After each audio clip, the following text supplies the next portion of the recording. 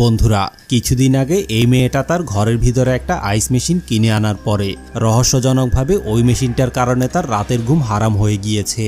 আসলে ব্যাপারটা হচ্ছে, গভীর রাতে সে যখন ঘুমাতে যায় তখন হঠাৎ করেই তার আইস মেশিনের ভিতর থেকে রহস্যজনক কিছু আওয়াজ আসতে শুরু করে এবং আওয়াজ শোনার পরে সে যখন এই জিনিসটা চেক করতে যায় তখন তার ক্যামেরার ভিতরে এমন একটা রহস্যময় জিনিস ধরা পড়ে, সেটা দেখার পরে হয়তো আপনাদেরও গায়ে লোম দাঁড়িয়ে যাবে।